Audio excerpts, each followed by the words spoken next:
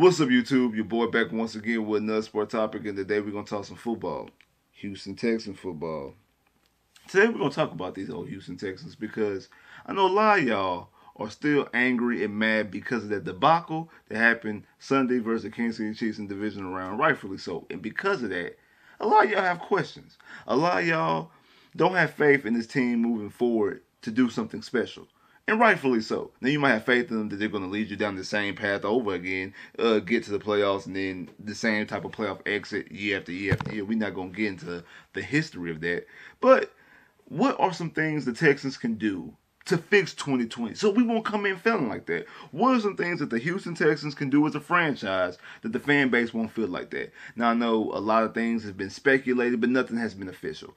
I've been tagged and tweeted and DM'd. Some things have been said on the radio from certain analysts and sports columnists, and also things that Bill O'Brien said in his exit interview Monday. But he himself said right after he said he wanted everything to stay the same, he hasn't yet talked to Cal. So until Cal comes out with a statement or something's official, like an actual official report, either way, him being let go or him staying, I operate that this is going to be a two-part video. This right here is some things they can do to fix 2020.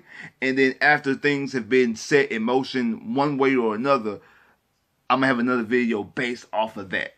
So right now, we're going to keep it as what can the Houston Texans do to fix 2020. And I got some things. Some things that can very well fix so the fan base will feel good, and also what can help the team going forward, that 2020 will have a different outlook than 2019 and 18 and 17 and 14 and 15 and all the years going back. First thing, the Texans need to hire a general manager, an actual legitimate general manager. Now I said after Rick Smith stepped down, I'm not really just all that knowing who's a good scout on this team and that team. I'm not following teams and to follow scouts to know who's in the pipeline to become a good general manager. But I know about certain general managers and judging off of their track history. And a general manager that's on the market who I would definitely go after is John Dorsey. John Dorsey was just let go about maybe a week or two ago from the Cleveland Browns. He's the Cleveland Browns general manager.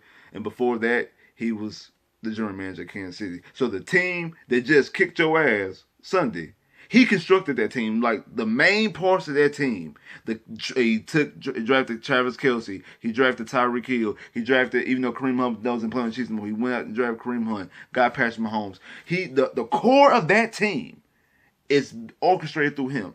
Took the job at Cleveland. What did he do? He drafted Baker Mayfield.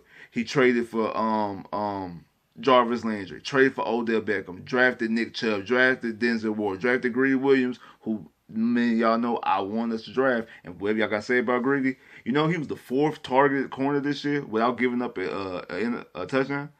He gave up 0 touchdowns, and he was targeted fourth most. All the corners that did not give up a touchdown. I know like Gilmore was 1, Tre'Davious White was 2, I forgot who was 3, and he was like 4th. I think McCourty might have been in there too, but I know Greedy is 4th, just FYI. Went out and re-signed Kareem Hunt after he already had Nick Chubb on his team. His only thing, his blunder, is believing too much in Baker Mayfield and listening to Baker Mayfield, what I mean by that, and hiring Freddie Kitchens as his head coach, and that's what doomed him in Cleveland. But from bringing in talent, his track record is showing you. The team, like I say, in Kansas City, he brought in that the main core of that team, the main pieces that we know and love, and or in some ways hate. He brought that into Kansas City and did the exact same thing, talent evaluating, bringing that into Cleveland. Now, it didn't work in Cleveland because, like I said, I think that's a head coach thing and also a lot of new parts all at one time. Cleveland is better than what they show. Cleveland is an extremely talented team. So a team, especially on the defensive side, that's deployed the talent. I want somebody who can bring me talent, somebody who shows me, because Tyreek Hill had problems in college. Apparently, so did Kareem Hunt had some questionable issues in college. He don't care about that. If you can play, he gonna bring you. Kareem Hunt gets cut from the Chiefs. You know what he did? Bring him on to Cleveland. I already got Kareem Hunt. I mean, I already got Nick Chubb. Still bring him on. He ain't gonna play for until 8 games anyway. Bring him on to the roster. We can use him. He can help. That's something. That's the best friend of a quarterback. A running game. It's not offensive linemen. It's not tight ends. It's not all-star receivers. The best friend for a quarterback is a legitimate run game, and he makes sure he brought 2 dogs down there to run that ball for Baker Mayfield. Like I said, it didn't work in Cleveland because of other situations, but from a talent evaluation standpoint, I trust his judgment off of what he's done in the past with those two different franchises. And he also shows you, hey, if I gotta make that move to give me Odell, I'ma do it. To get Jarvis Landry, I'ma do it. I'm going to accumulate talent. That's something that I think we need, especially on the defensive side. Somebody who can bring in and accumulate talent. That's what I would do. And I think you need a legitimate general manager that has all personnel decisions, not dibbling, dabbling here and there, because that's one of the main problems. We got people dibbling, dabbling, wearing 5 different hats. When we need somebody to do one job. You do one job, you do one job, you do one job. Have him full control of player personnel, and I think you're on the right track. Now, a second name I want to bring up, because that's what I think you should do, because that's the only general manager right now that I'm looking at. You can keep your Nick Casarios, and we're going to get into that later, but I will go after John Dorsey. The next name I want to bring up, because I want to talk about head coaches. Y'all already know how I feel about head coaches, so we're going to I'm going to give you my list of head coaches. First head coach on the list that I prefer, my main choice, is Lincoln Riley, the head coach of Oklahoma. Now, the reason why is because, once again, track records.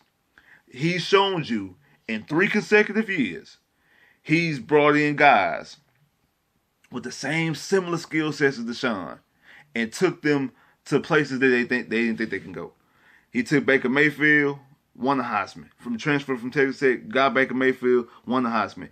Kyler Murray transferred for Texas A&M, took him, won the Heisman. Both of them went back-to-back number 1 overall picks and also back-to-back Heisman. Jalen Hurts, who lost his starting job to 2 in Oklahoma, in Bama, came to Oklahoma and was a finalist for the Heisman. And people actually now consider him to be an actual legitimate NFL quarterback, probably took him somewhere in the 3rd and 4th round. That wasn't the case for Jalen Hurts when he was in Alabama. That wasn't even thought of. So with guys like that, with that similar type of skill set, none of those guys got the same skill sets as Deshaun, but Deshaun is way better than all of them. Now Baker probably has a better arm than Deshaun, but other than that, and probably Kyler might be faster, but Deshaun has a better pure skill set than the rest of those guys. I'm sure that Lincoln Riley can devise a plan. Also coming from Texas Tech, he played under Mike Leach, coached under Mike Leach as well before he went on to, I think, East Carolina, before he ended up getting the job at Oklahoma. He's a guy who knows offense because he's a former quarterback. He will be able to build the offense around Deshaun Watson and be able to help Deshaun Watson take that next step, take that next level. He's shown the track record with guys with the same similar skill sets. Now, I know a lot of people out there talking about he might just be just a play caller to me. I don't think he's a good head coach. Look at the Oklahoma defense. He's an offensive-minded coach, and he coached in the Big 12. Now, of course, no matter if you hire an offensive-minded coach or a defensive-minded coach, whoever you hire, whatever they are not, if they're offensive-minded coach, they have to have that defensive coordinator position locked up. And vice versa. If you draft a defensive-minded coach, whoever he's going to hire to be the offensive coordinator has to be a bomb hire. So it goes either or. Because you can have the best defensive-minded head coach, but his offense is trash if he hires a trash OC, and vice versa for an offensive-minded coach. So whoever he hires as the defensive coordinator is going to be key. We're going to get into that later as well. But it's just, I think too many signs, in my opinion, point towards Lincoln Riley just makes too much sense. Another thing too, some of y'all might think this might be a bad idea, but he's 36 years old, which means I think he's very relatable to Deshaun. Deshaun's 24. This is 12-year difference. They will be able to grow old together. Like, you will be able to have this quarterback head coach combination for 15 years, because in 15 years he'll just be 50. So 51. So I think he'll be able to relate to Deshaun. Coming also from the college game, he'll be able to relate. And I think they can have that head coach quarterback bond, and because they're being close in age, and him also coming from the college ranks, so he's being around even younger guys, 18, 19-year-olds. I think that he can relate to Deshaun, and I think that would be a perfect marriage from a quarterback head coach standpoint. Now, if you don't like that, my second name is, I don't want to butcher his name, but Eric Bieniemy, the offensive coordinator from the Kansas City Chiefs. I will look at him. He's been offensive coordinator for the past 2 years, and the Chiefs, as we know, in those 2 years, as both Patrick Mahomes' 2 years of starting, how their offense looks. Now I know a lot of that is due to with Patrick Mahomes, but a lot of Texan fans will say this: put Deshaun on Kansas City and watch what Deshaun does. That's gonna be the closest thing you get, and also have it on your team. You ain't got to worry about he in Kansas City doing it. He'll be doing it in Houston if you bring in a guy who comes from that same coaching tree, and probably I'm pretty sure gonna add his own little spice and his own little flavor. But he's been sitting there, been under Andy Reid for the past I think he's been coaching with Andy Reid for the past 5-6 years, but he's been the offensive coordinator for the past 2 years. Because I forgot the other guy went to Chicago, got the head coach of the Chicago Bears. And we already know how that is with Trubisky. But in saying that, he will be able to give Deshaun that type of offense, similar to the Kansas City offense. And like I said, gonna throw in his own little spice, his own little flavor, and also mirror it a little bit more to Deshaun's skill sets. Some things that Deshaun do that Pat can't do, and some things that Pat do that Deshaun can't do, he'll throw out. But from relative speaking, it'll be a similar offense.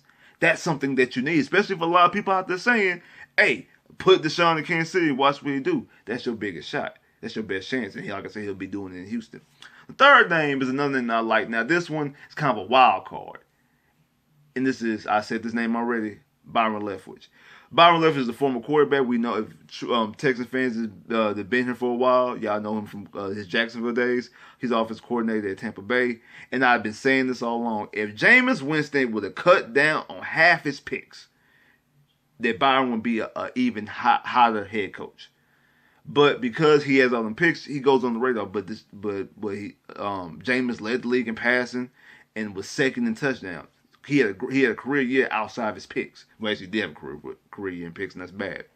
But I think that the reason why I say he's a wild card, because he's been coaching for 3 years. He was the quarterback's coach in Arizona. He was the offensive coordinator in Arizona as well last year, but he wasn't calling plays. This was his first year calling plays with Bruce Arians. And like I said, him and Bruce Arians had done wonders for Jameis Winston. But I think he does need another year. I do think that he needs another year of calling plays and getting more time under his belt, because he's only been coaching for 3 years, if I'm not mistaken. He doesn't have a longer track record like the other two guys I just named.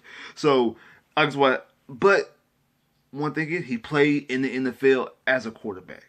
He also played in the playoff game as a quarterback. So he'll see the same things as Deshaun see, the same way Deshaun would see him, because he's been that fire. Lincoln Riley was a quarterback, but he was the backup to Cliff Kingsbury at Tech, and that's as far as he went. Eric Debbie was a running back. I know he played some NFL ball, but he was a running back. He doesn't see it from a quarterback standpoint. Byron would see it from a quarterback standpoint, and it's been the starting quarterback in playoff games. Same thing, like I said about Lincoln Riley. Byron is 39. So he's a little bit older, but still, both him and Deshaun are black quarterbacks.